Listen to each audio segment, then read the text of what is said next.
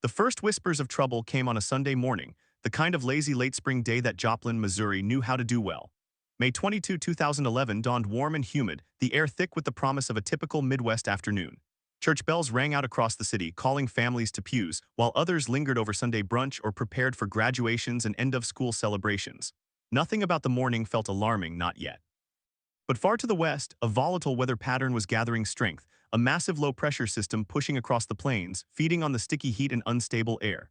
The National Weather Service had issued a slight risk for severe weather earlier that morning, but such forecasts were common in Tornado Alley and most folks went about their day with a cautious shrug. By early afternoon, the sky began to change. It wasn't dramatic at first. Clouds built taller and darker, pushing upward like dirty cotton balls, their tops flattening into anvils that spread across the horizon. The wind shifted, growing fitful and erratic. The temperature climbed into the upper 80s. Then around 2:30 p.m., the first severe thunderstorm warning crackled over radios and weather apps. Conditions were ripe. The atmosphere was loaded with moisture and instability, a perfect recipe for rotating storms. At 3:15 p.m., the National Weather Service in Springfield, Missouri, issued a tornado warning for Jasper County. The storm that would spawn the Joplin tornado was still taking shape, but the watchful eyes of meteorologists already saw the signs. A hook echo on radar, a mesocyclone spinning like a top. In Joplin, the afternoon hummed on. At St. John's Regional Medical Center, nurses changed shifts and doctors rounded on patients. At Joplin High School, seniors rehearsed for the next day's graduation ceremony. In residential neighborhoods along 20th Street, kids rode bikes and parents mowed lawns. The storm seemed far away, just another line of thunderheads on the edge of the Ozarks. But the danger was closer than anyone knew. The supercell that would change everything had formed near the Kansas border, and it was moving east-northeast at about 20 miles per hour. It was a slow, deliberate crawl, as if the atmosphere itself was taking a deep breath before unloading fury. At 4:09 p.m., the National Weather Service issued a more urgent tornado warning for western Jasper County. The storm had produced a funnel cloud near the town of Liberal, Missouri, about 20 miles west of Joplin. This was the same cell that would later become the EF5 monster. But the rotation was still weak, and it briefly weakened before reorganizing. Then at 4:34 p.m., a spotter reported a tornado on the ground near the small community of Oronogo. The storm was moving straight toward Joplin. The warning siren system in Joplin, a network of about 100 sirens, was activated. The first sirens wailed at 4:41 p.m., but there was confusion. Many residents had grown accustomed to sirens sounding for severe thunderstorms or false alarms. The culture of storm fatigue was real in the plains. Some people looked up, shrugged, and went back to dinner. Others who had lived through the 1971 Joplin tornado or the 2003 tornado that struck nearby knew better. They headed for basements, bathtubs, and interior closets. The tornado touched down for the first time at 5:17 p.m. on the west side of Joplin, near the intersection of 32nd Street and Zora Avenue. It was a large wedge, dark and churning, with a debris cloud that towered like a mountain. The National Weather Service warned that a large, extremely dangerous tornado was on the ground. But for many, the warning came too late. The tornado was already moving at 37 miles per hour, a speed that gave people little time to react. It carved a path nearly a mile wide, cutting through the heart of the city. The scene was surreal. The sky was a sickly green, the color that old-timers said meant hail and trouble. Rain fell sideways in sheets, then stopped. The air was still, then suddenly full of howling wind and flying debris. The tornado did not sound like a train, as many survivors later said. It sounded like a roar, the noise of 100 jets' engines, a deep, terrible growl that vibrated through the ground and into the bones. The first structures to be hit were homes on the west edge of town. A subdivision called Greenbrier took a direct hit. Walls collapsed, roofs peeled away, families huddled in bathtubs as the world disintegrated around them. A father named John held his wife and 2 children in a hallway. The noise was so loud he couldn't hear them screaming. He felt the floor lift, then slam back down.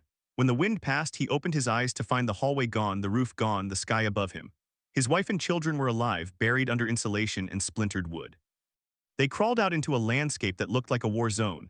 Cars were flipped, trees were debarked, houses were reduced to slabs. The tornado was barely 2 minutes old. It continued eastward, crossing Main Street and then Range Line Road, the city's major commercial artery. Here, it struck strip malls, fast food restaurants, and a Walmart. The parking lot became a junkyard of twisted metal and shattered glass. Inside the Walmart, customers and employees rushed to the back of the store, huddling in the stockroom as the roof collapsed. The store's massive steel structure buckled like cardboard. A woman named Patricia held her 3-year-old son under a table. She could feel the building shake, heard the crash of shelving and the pop of exploding lights. She prayed out loud. When it was over, she saw daylight through a hole in the ceiling. The store looked like a bomb had gone off. The tornado had tossed cars into the building, grinding them into the walls. The tornado was still strengthening. As it crossed 20th Street, it reached its peak intensity. Winds in excess of 200 miles per hour scoured the ground. The National Weather Service later estimated the maximum wind speed at over 250 miles per hour. This was an EF5 tornado, the highest rating on the enhanced Fujita scale. The debris cloud rose to 30,000 feet, visible from miles away. The tornado was now stripping asphalt from roads, gouging out soil, snapping concrete light poles. At St. John's Regional Medical Center, the hospital's staff had already begun moving patients to the hallways and interior rooms. The building, built in 2004, was not designed to withstand a direct hit from an EF5 tornado, but there was no time to evacuate. The tornado hit the hospital at 5:41 p.m. The sound of breaking glass was followed by a low rumble as the building's structure gave way. Windows exploded. Walls bowed inward. The roof over the third floor and the intensive care unit collapsed. Water pipes burst and the emergency generators failed, plunging the hospital into darkness. Nurses and doctors worked in the dark, using flashlights, shouting for order. They carried patients from room to room, dodging falling debris. One nurse, a woman named Natalie, remembered holding a patient's hand as the ceiling fell around them. She thought they were going to die, but somehow they survived. The hospital had taken a catastrophic hit. 6 people died inside St. John's that day, including a patient who was thrown from his bed onto the floor. Beyond the hospital, the tornado continued its destructive path. It crossed the Empire Market, a shopping center, and then struck Joplin High School. The school was a new building, but the tornado was a monster. It ripped off the roof, collapsed walls, and tossed the steel frame like a child's toy. Fortunately, the school was empty except for a few staff members who had taken shelter. But the destruction was total. The gymnasium was gone. The auditorium was a pile of rubble. The tornado then moved into residential neighborhoods, leveling everything in its path. Home after home, block after block were reduced to nothing. The residents of Joplin had no time to reach safety. Some were trapped in their homes, others in their cars. The tornado lifted vehicles and slammed them into trees. It stripped the bark off trees, leaving them white and ghostly. It scoured the ground, laying bare the red clay earth. The tornado was on the ground for approximately 38 minutes. It traveled a path of roughly 22 miles, from the west side of Joplin to the east, before finally lifting near the town of Duquesne, Missouri. During that time, it killed 158 people and injured more than 100. The death count made it the deadliest single tornado in the United States since modern records began, and the 7th deadliest overall. The storm was so powerful that it created its own lightning, flashes of blue and white that illuminated the chaos from within. The aftermath was a nightmare. The sun set on a city that had been erased. Rescue workers dug through rubble with their bare hands, listening for cries. The sound was a low moan, a hum of grief and shock. The Red Cross set up shelters, the National Guard mobilized. The Federal Emergency Management Agency, FEMA, arrived, but the recovery would take years. The Joplin tornado was not just a storm. It was an event that tested the human spirit, that showed the best and worst of human nature. It destroyed homes but also rebuilt communities. It killed but also brought people together. In the days and weeks that followed, the world looked on as Joplin struggled to rise from the ruins. The stories of that day are countless. There was a man named Mike who held his daughter under a staircase while the house disintegrated around them. When the wind died, they crawled out to find the stairs were the only thing left standing. There was a woman named Susan who was driving home from work when the tornado caught her. She pulled over, opened her car door, and jumped into a ditch. The car was later found flipped into a tree a block away. There was a young couple expecting their first child who took shelter in a closet. The closet was filled with debris, but they survived. Their baby was born 2 months later, healthy and strong. These are the threads of human experience that weave together to form the fabric of the story. The tornado had a path that was nearly a mile wide, but its impact was far broader. It changed Joplin forever. It changed how the nation thinks about tornado safety. It led to improvements in warning systems, building codes, and emergency response. But for those who lived through it, the memory is not abstract. It is the sound of wind, the smell of gas and dust, the sight of a neighbor's house gone. It is the days of digging, the nights of waiting, the long march toward recovery. The opening moments of the Joplin tornado were a blur of destruction and survival. As the storm moved through the city, it left a path of devastation that stretched for miles. But the story does not end there. The tornado was a turning point, a moment that forced a community to confront its own mortality and to find the strength to continue. The people of Joplin would not be defined by the storm. They would be defined by their response to it. In the weeks after, they would dig out, they would rebuild, and they would remember. They would honor the dead and cherish the living.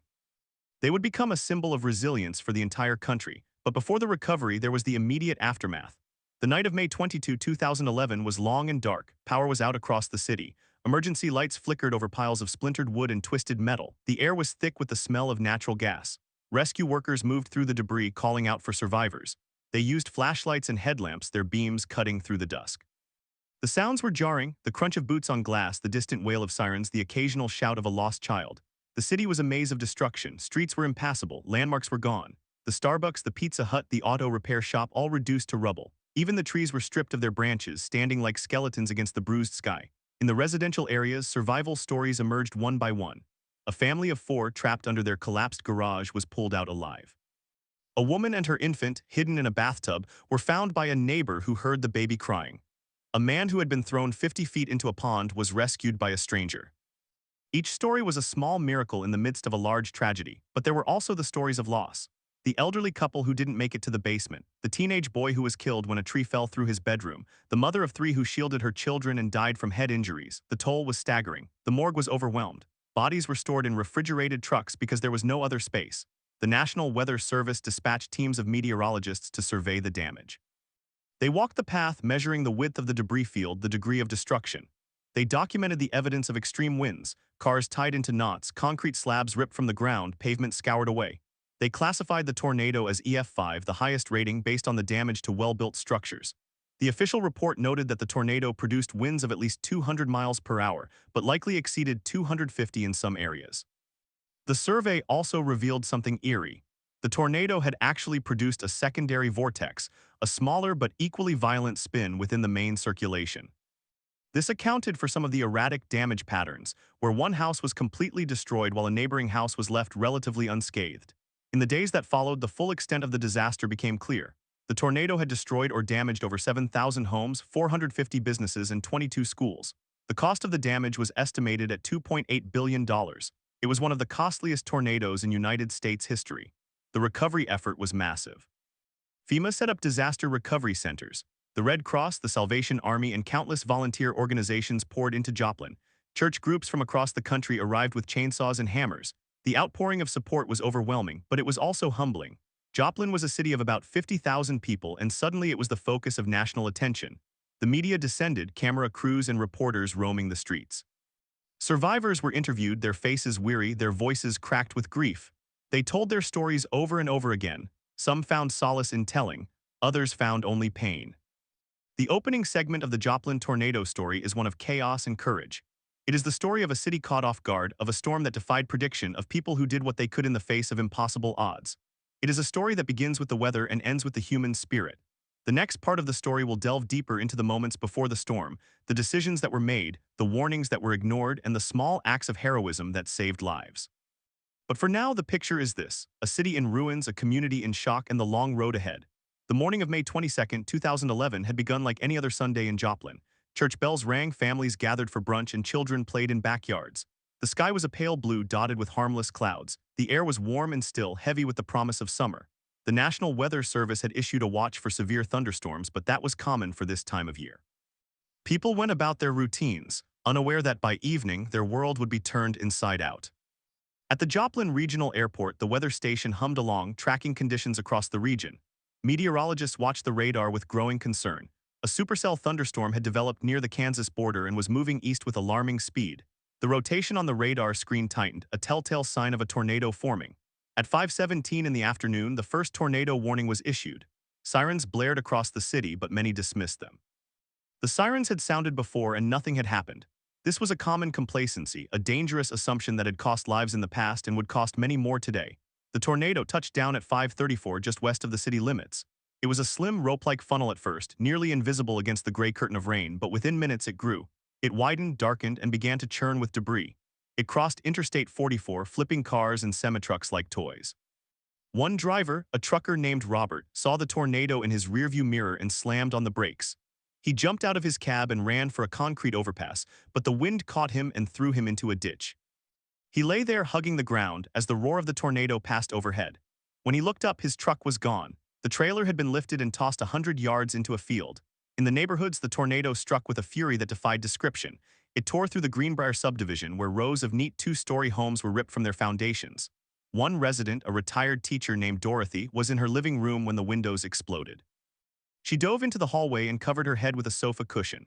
The roof above her lifted and spun away, and she could see the sky, a swirling vortex of gray and black. She felt herself being lifted, but her foot caught on a doorframe, and she hung there, suspended in the wind, until the tornado moved on and she dropped to the floor. Her home was gone, but she survived with only bruises and a broken wrist. A few blocks away, the Joplin High School stood as a fortress of brick and glass. Students and parents were inside for a graduation ceremony when the power went out. The alarms sounded, and everyone was directed to the hallways and interior rooms. They huddled together, listening to the thunderous roar, feeling the building shake. A section of the roof collapsed, sending debris raining down, but no one was killed. The school became a shelter for the injured, a place where the living could gather and wait for rescue. The tornado continued east, crossing Main Street and tearing through the city center. The St. John's Regional Medical Center was a 9-story tower of concrete and steel designed to withstand severe weather. But the tornado was beyond design specifications. It ripped off the roof and shattered every window on the eastern side. Patients were moved into hallways, doctors and nurses holding IV bags and breathing tubes working by flashlight. The building was evacuated over the next several hours, with the critically wounded airlifted to hospitals in Springfield and Kansas City. One of the most harrowing stories came from a daycare center near the hospital. A young caregiver named Emily was watching 12 children when the sirens began. She herded them into a small bathroom, the only interior room without windows.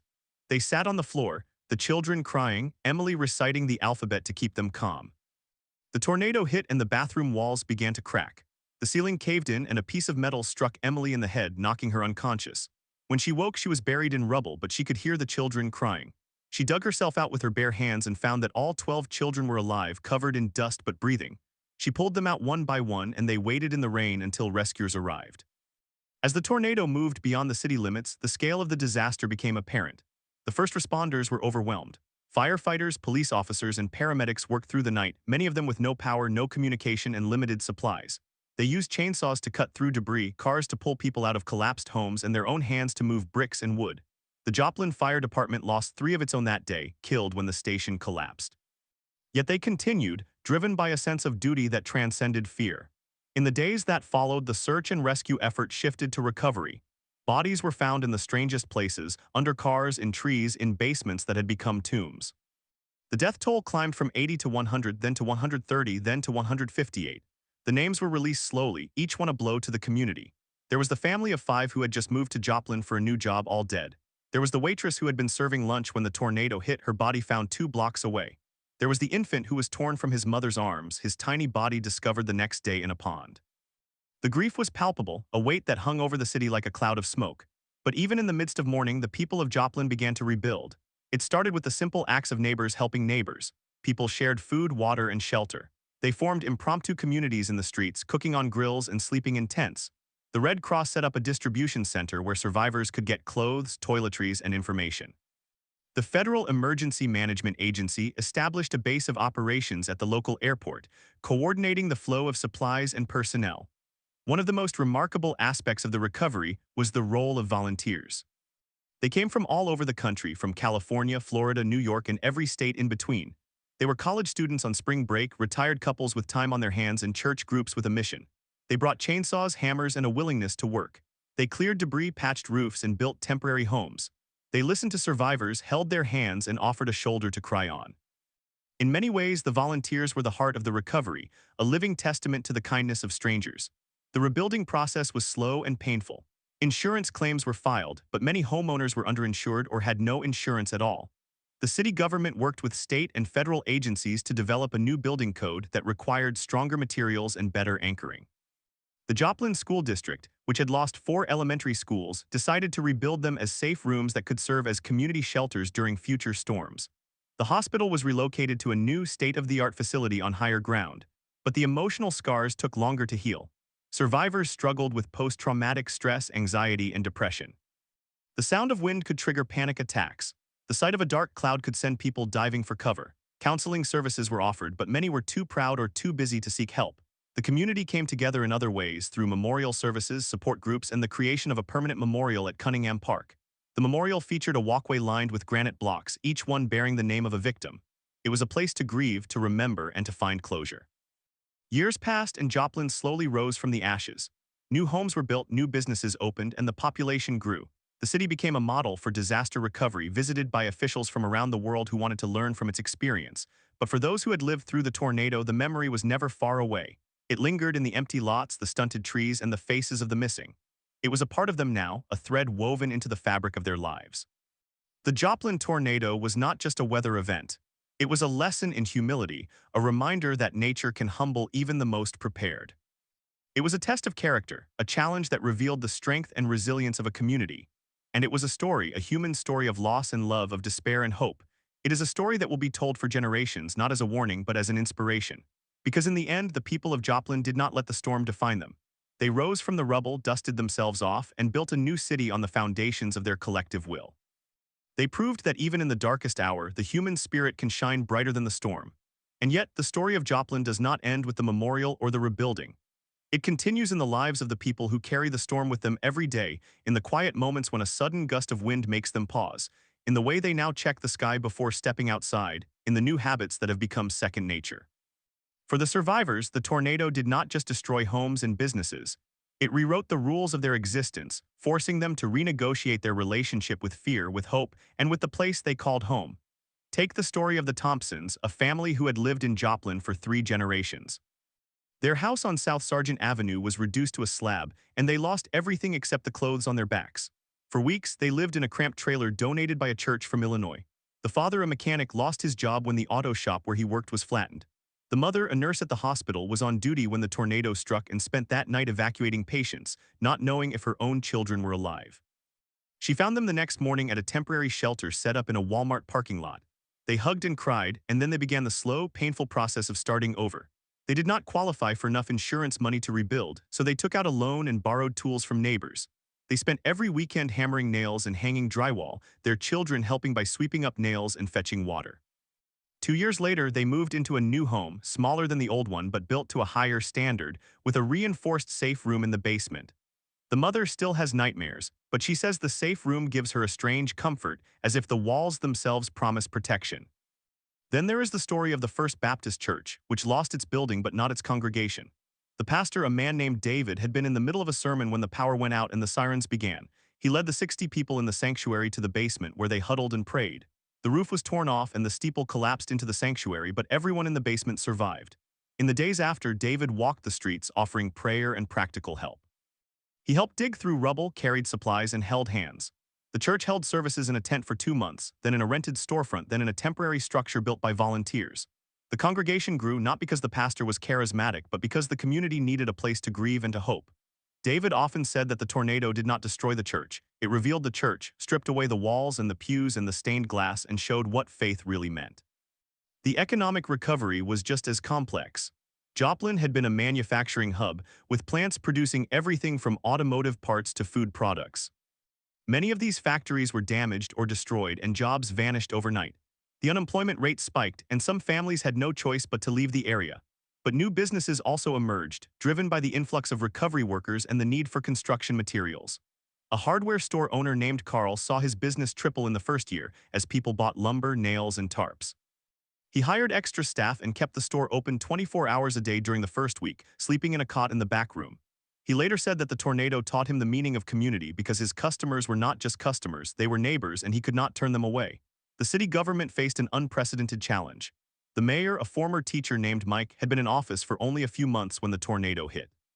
He had to coordinate emergency response, manage federal aid, and plan for long-term reconstruction, all while dealing with his own personal loss. His own home was damaged, and his wife was hospitalized with a head injury.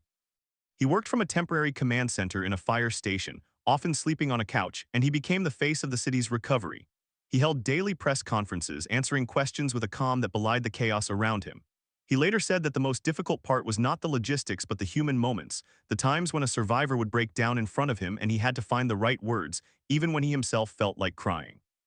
One of the most enduring legacies of the Joplin tornado was the change it inspired in how communities across the country prepare for and respond to disasters. The federal government revised its guidelines for hospital construction, requiring stronger windows and backup power systems. The National Weather Service improved its warning systems, adding more precise language and better integration with local emergency managers. But the most significant change was at the local level.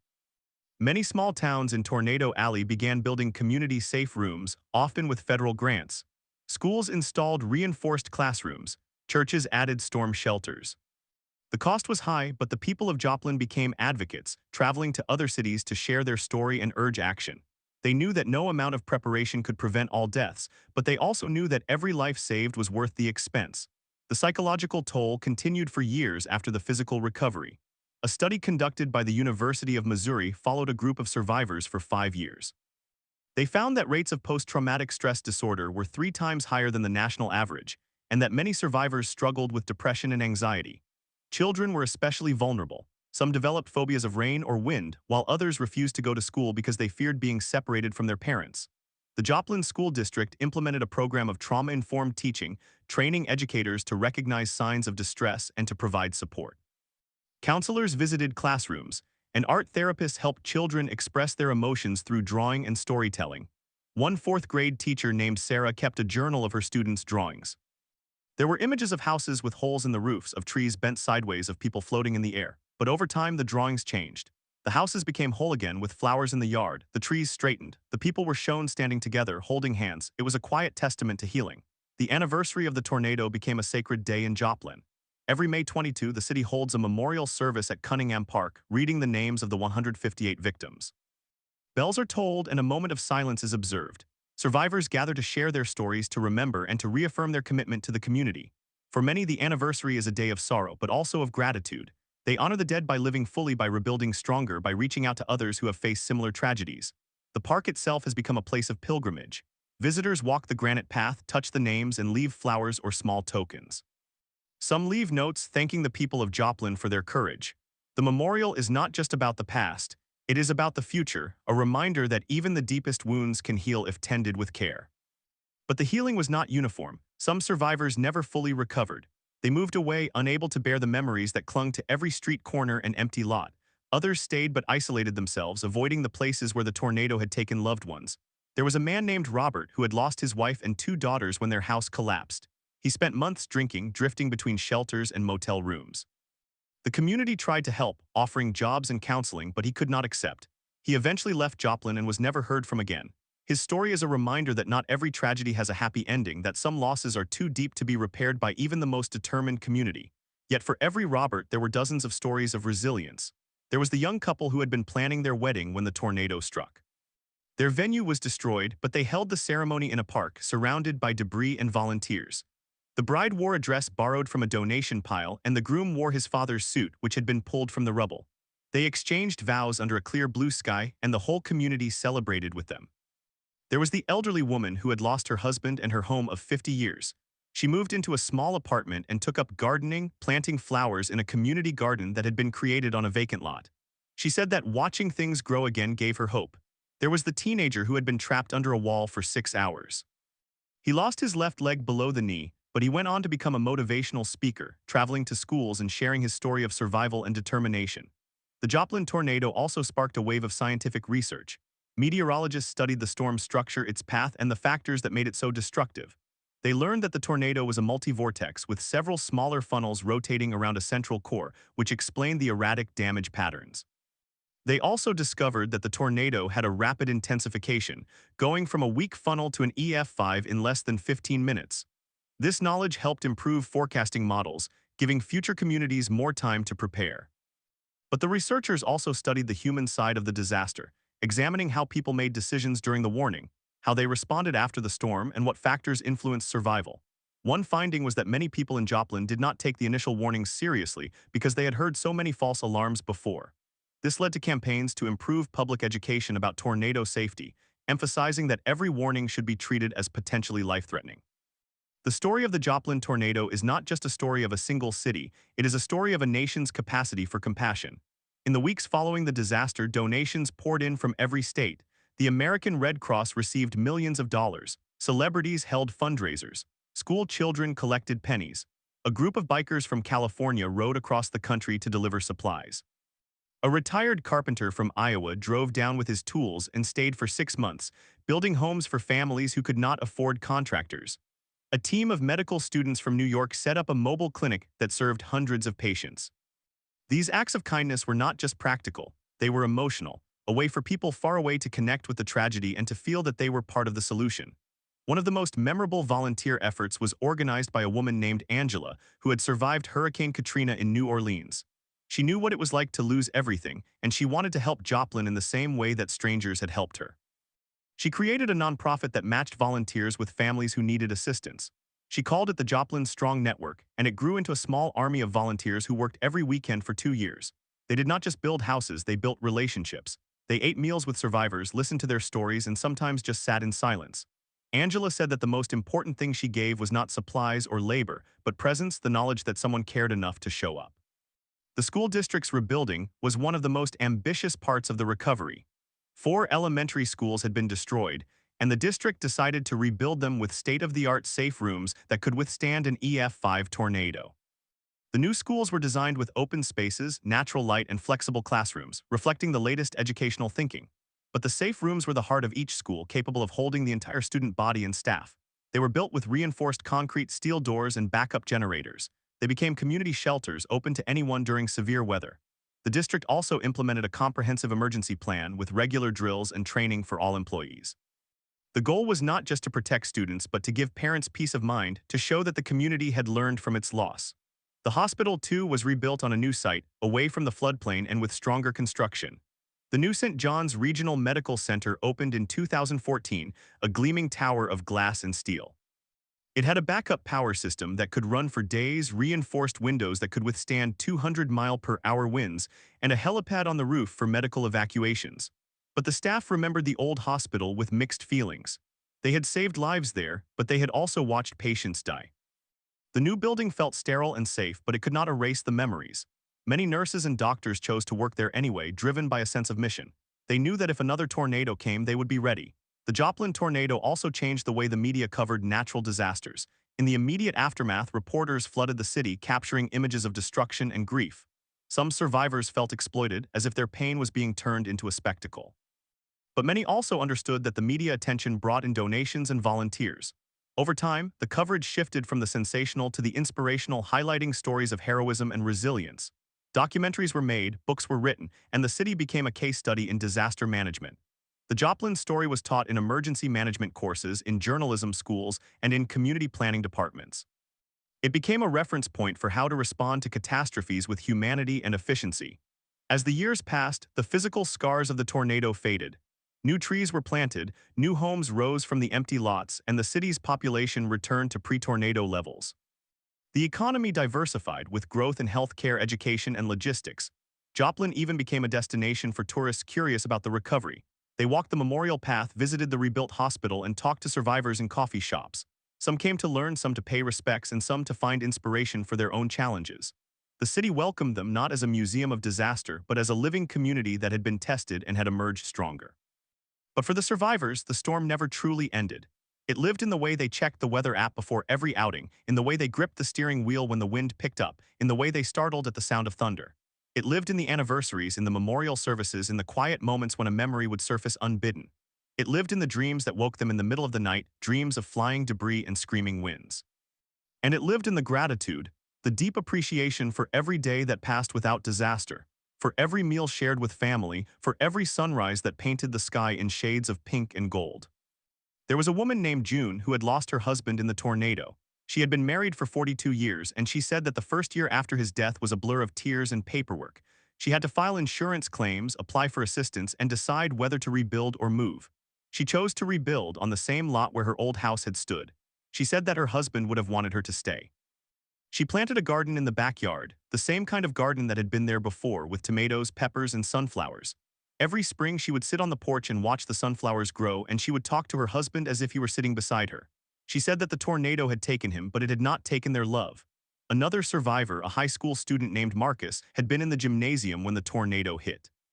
He had been practicing for a basketball game, and the coach herded the team into a storage closet. They could hear the roof tearing off, the sound of metal bending and glass shattering. When it was over, they emerged to find the gymnasium gone, the basketball court littered with debris. Marcus had been a good player, but after the tornado, he lost his passion for the game. He said that every time he stepped onto a court, he remembered the sound and the fear. He quit the team and focused on his studies, eventually becoming an engineer. He worked on designing safer buildings, inspired by the chaos he had witnessed. He said that he wanted to make sure that no one else had to go through what he had gone through. The Joplin tornado also had a profound impact on the faith community. Many churches were destroyed, but the congregations refused to disband. They met in homes, in parks, in makeshift chapels. They argued about theology and doctrine, but they also found common ground in service. They organized food drives, counseling sessions, and rebuilding projects. They realized that their faith was not about buildings but about people, and that the storm had stripped away the distractions. A pastor named Tim said that the tornado had forced him to confront the hard questions. Why did God allow this? Where was God in the suffering? He did not find easy answers, but he found that the act of asking the questions brought him closer to his congregation. He preached sermons that were raw and honest, acknowledging doubt and pain, and the pews were filled. The scientific community also learned from Joplin. The tornado was one of the most extensively documented in history, with thousands of photographs, videos, and sensor readings. The National Oceanic and Atmospheric Administration conducted a detailed survey, mapping the damage to a level of precision that had never been achieved before. They found that the tornado had produced winds of more than 200 miles per hour in some areas, and that the path of destruction was over 6 miles long. The data helped improve the enhanced Fujita scale, adding more specific damage indicators. It also informed research on how to make buildings more resistant to extreme winds. Engineers developed new connectors for roofs and walls, new types of windows that could withstand debris impact, and new designs for safe rooms that could be installed in existing homes. But perhaps the most important lesson from Joplin was about the power of community. The tornado had destroyed the physical infrastructure, but it had not destroyed the bonds between people. In fact, it had strengthened them. Neighbors who had never spoken before became friends. Strangers became family. The disaster revealed a depth of compassion that was easy to forget in the rush of everyday life. It reminded everyone that, in the face of overwhelming loss, the only true currency was kindness. And so it was that the bonds of community became the invisible architecture of Joplin's recovery. The stories of ordinary people doing extraordinary things were not anomalies, they were the norm. There was the retired carpenter who drove 6 hours from Kansas City, bringing his tools and his truck, and spent 3 weeks rebuilding porches and stairs for elderly residents. There was the church group from Texas that arrived with a trailer full of diapers, formula, and baby wipes, items that no one had thought to donate but that new parents desperately needed. There was the teenage girl who organized a bake sale in her driveway and raised $2,300 for the local animal shelter because she had seen a dog wandering the debris and couldn't stop thinking about the pets that had been lost. These acts of kindness were small in the grand scheme, but they added up. They formed a web of generosity that held the city together while the official aid system struggled to catch up. The official response, too, evolved. The Federal Emergency Management Agency, or FEMA, had been criticized in the aftermath of Hurricane Katrina for its slow and bureaucratic response. In Joplin, the agency was determined to do better. FEMA representatives arrived within hours, setting up field offices and coordinating with state and local officials. They streamlined the application process for assistance, allowing survivors to apply online or by phone. They set up disaster recovery centers where people could meet face-to-face with caseworkers, but even with these improvements, the bureaucracy was overwhelming. Survivors had to fill out forms, provide documentation, and wait for approvals. Some were denied for technicalities, others for missing paperwork. The process was exhausting on top of the trauma. Many simply gave up, relying on the kindness of neighbors and faith-based organizations instead. One of those organizations was the Mennonite Disaster Service, a volunteer group that had been responding to disasters for decades. They arrived in Joplin with trailers full of tools and a fleet of volunteers, many of them retired farmers from the Midwest. They worked from dawn until dusk, framing walls, laying floors, and hanging drywall. They refused payment and asked only for meals and a place to sleep. They were quiet, efficient, and deeply respectful of the survivors' grief. The homeowners they helped often said that the Mennonites brought a sense of calm to the chaos, that they worked with a steady purpose that restored faith in humanity. By the time the official rebuilding contracts were awarded, the Mennonites had already helped dozens of families move back into their homes. The recovery was not just physical, it was psychological. The city recognized that trauma does not heal on a schedule. The school district established a long-term counseling program for students and staff, with therapists trained in disaster-related trauma. They conducted regular check-ins, offering group sessions and individual therapy. The counselors noticed that the children processed the event differently depending on their age. The youngest ones, those under 5, had little memory of the tornado itself but absorbed the anxiety of the adults around them. They became clingy, fearful of storms, and prone to nightmares. The older children, those in elementary school, could describe the events in detail, but they struggled to reconcile their memories with the new normal. They drew pictures of tornadoes and wrote stories about heroes. The teenagers were the most volatile. Some withdrew, refusing to talk about what they had seen. Others became hypervigilant, checking the weather obsessively and panicking at any change in barometric pressure. A few turned to drugs or alcohol, trying to numb the memories. The high school became a focal point for this psychological recovery. The new Joplin High School, rebuilt on a different site, was designed with large windows that flooded the hallways with natural light. The architects had intentionally avoided any dark or windowless spaces, knowing that confined areas could trigger anxiety. The school also had a quiet room where students could go to decompress, with soft lighting, comfortable chairs, and a view of a small garden. Teachers were trained to recognize signs of distress, and the school counselor kept an open-door policy. But the most powerful healing came from the students themselves. They formed support groups, organized fundraisers for storm victims in other towns, and started a club dedicated to emergency preparedness. They turned their trauma into activism, their grief into purpose. The memorial, too, became a place of healing. The 27-acre site, which included the Joplin Memorial Park and the Butterfly Garden, was designed not just as a monument but as a living space. There were walking trails, benches, and a reflecting pond. A sculpture of a mother and child, arms outstretched, stood at the entrance. The names of the 161 victims were etched into a granite wall, each name with a small butterfly symbol. The butterflies were chosen because they represented transformation, from caterpillar to winged creature, from destruction to new life. Families would come on anniversaries, leaving flowers and photographs. Strangers would stop, read the names, and leave a stone in the Jewish tradition. The garden was planted with native wildflowers that attracted real butterflies, and in the summer the air was filled with their gentle flutter. One of the most poignant moments in the city's recovery came when the 161st victim was officially recognized. For years, the official death toll had stood at 160. But in 2013, the medical examiner's office reclassified a death that had been previously attributed to natural causes. A woman who had died of a heart attack in the immediate aftermath was connected to the tornado, as the stress and fear had likely triggered the event. Her family had always suspected it, and the reclassification brought a kind of closure. The city added her name to the memorial, and the number became a symbol of the unseen costs of the disaster, the heart attacks, the strokes, the suicides that followed. The total 161 was a stark reminder that the tornado's reach extended far beyond the single hour of its fury. As the decade passed, the city continued to evolve. The economic recovery was steady but uneven. Some businesses never reopened. Others thrived, buoyed by the influx of insurance money and federal grants. The healthcare sector exploded with new clinics, outpatient centers, and specialized services. The university expanded, offering new programs in emergency management and disaster psychology. The downtown area, which had been in decline for years, experienced a renaissance. New restaurants, art galleries, and boutique shops opened in renovated buildings. The city marketed itself as a place of resilience, a destination for those who wanted to see what a community could accomplish when it worked together. And tourists did come, but not in the numbers the city had hoped. Most visitors were there for other reasons: a wedding, a business conference, a family reunion. The tornado was a footnote in their travel guides, a piece of local history they might explore if they had an extra afternoon. But for the survivors, the tornado was never a footnote. It was the chapter that defined everything else. They learned to live with the ambiguity of grief, the way it could be triggered by a smell, a sound, a song on the radio. They learned that healing was not a straight line but a map of detours and switchbacks. They learned that some losses could not be repaired, only integrated. And they learned that the love they felt for their lost ones did not diminish with time, it simply changed form. It became a quiet presence, a warmth in the chest, a reason to keep going. The Joplin tornado of 2011 was a singular event that shattered a community and then rebuilt it, not into the same shape but into something stronger and more beautiful. It was a testament to the human spirit, but also a cautionary tale. It showed that disaster can strike anywhere, at any time, and that the only defense is preparation, compassion, and a willingness to help one another. It showed that in the aftermath of tragedy, the best thing we can do is show up, listen, and work side by side. It showed that even the deepest wounds can heal, though they leave scars.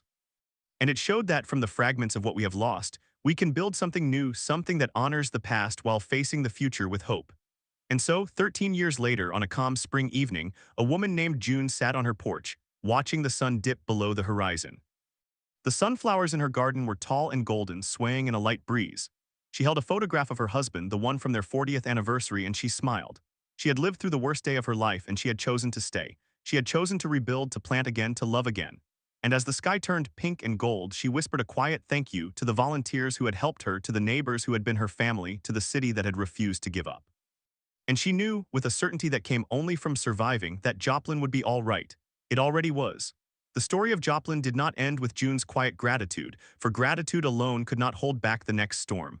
Across the country, emergency managers and meteorologists studied the Joplin tornado with a new intensity.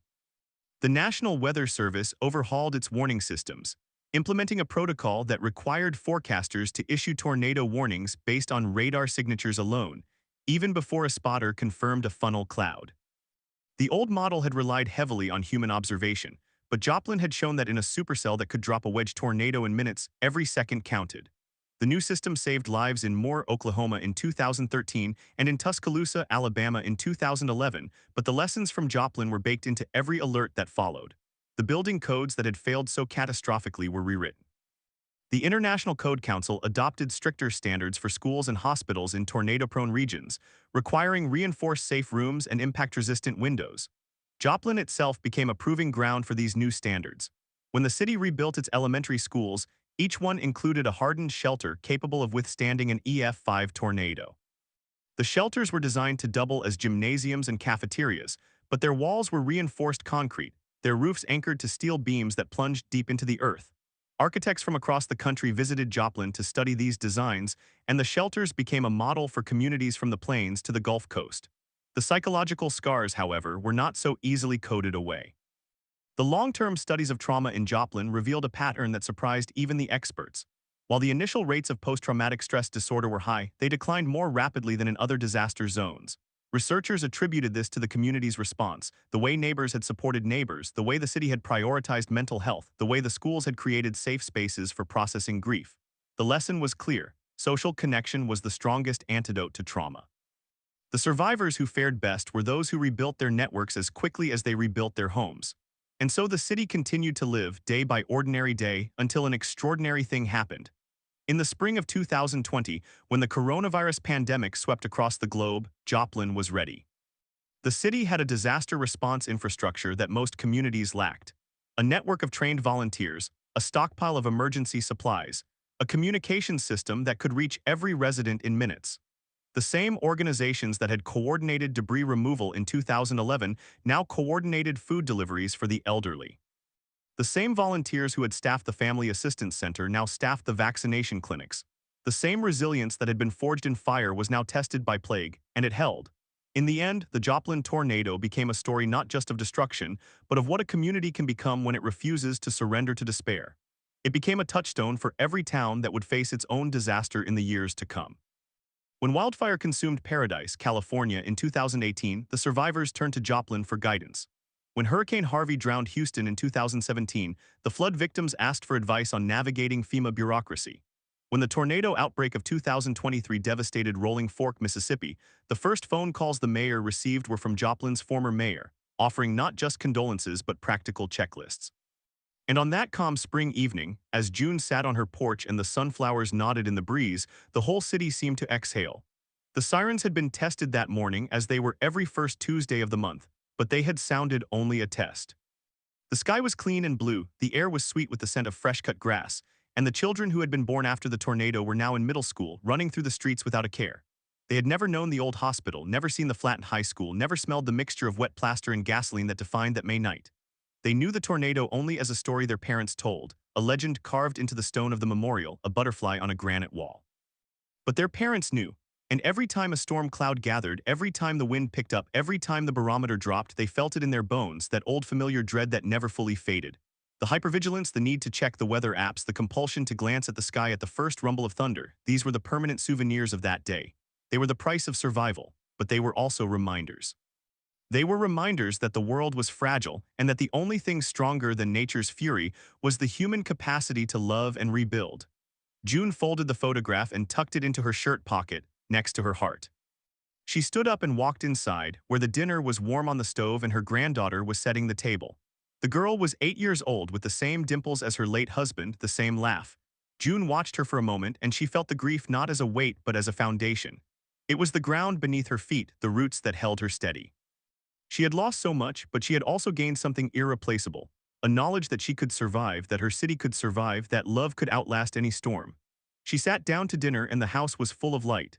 Outside, the sunflowers bowed their heads as the evening breeze passed through them, and the last rays of the sun painted the sky in shades of apricot and rose. The tornado had taken so much, but it had not taken this: the simple, sacred act of breaking bread together, the laughter of a child, the quiet contentment of a life rebuilt.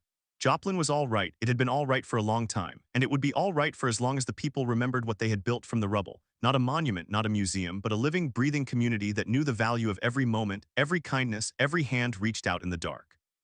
That was the real legacy of the Joplin tornado. That was the story that would never be done telling.